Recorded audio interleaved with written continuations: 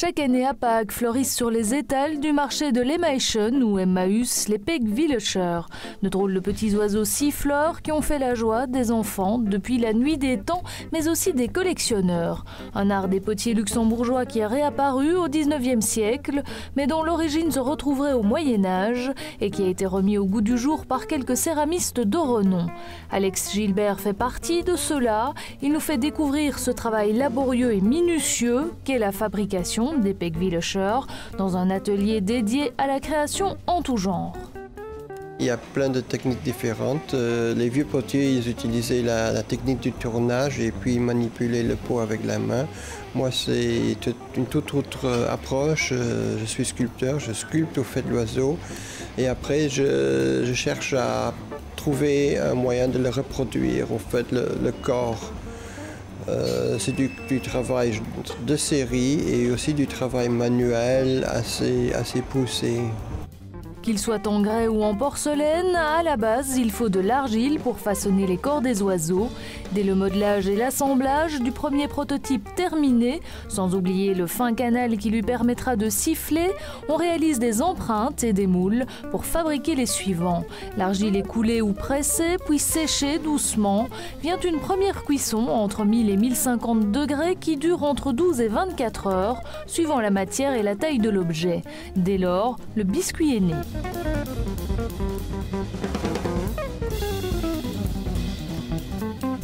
Mais là, je commence à élaborer mes couleurs, les différentes glaçures ou émaux et les différentes couleurs pour les versions porcelaine, à mélanger les couleurs, voir quelle technique je peux utiliser pour adapter mes couleurs. Première étape technique après la réalisation du biscuit, la glaçure. On pose l'émail avant une cuisson à 1250 degrés d'une journée qui donnera ce fini brillant au biscuit.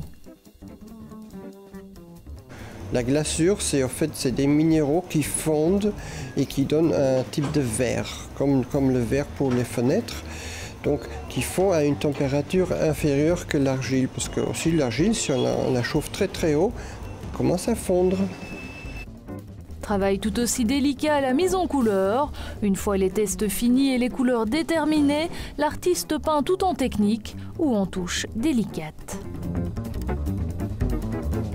Je fais des caches au latex, je spray, j'enlève les caches, je cuis, je refais d'autres caches, je recommence avec le pistolet, le petit pistolet, l'aérographe en français.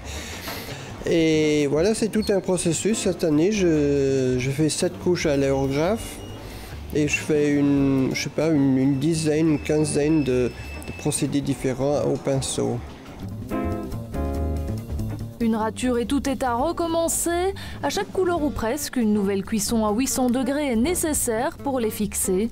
En général, on compte 4 cuissons, voire 5, mais cela peut aller bien au-delà. Un travail très lent, mais qui assure le résultat. Plus on va vite et plus il y a de risques de cassure, notamment à la cuisson. C'est ça, la magie du travail moléculaire. Le choix des couleurs donne tout son charme à l'oiseau fini.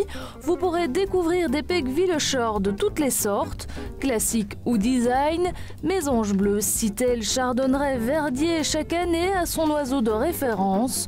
150 pièces numérotées pour les amateurs qui viennent tout exprès commander à l'atelier le numéro d'exception. Le reste du temps, le sculpteur se consacre également à d'autres œuvres. Des montages sculptures pour le moins étonnants.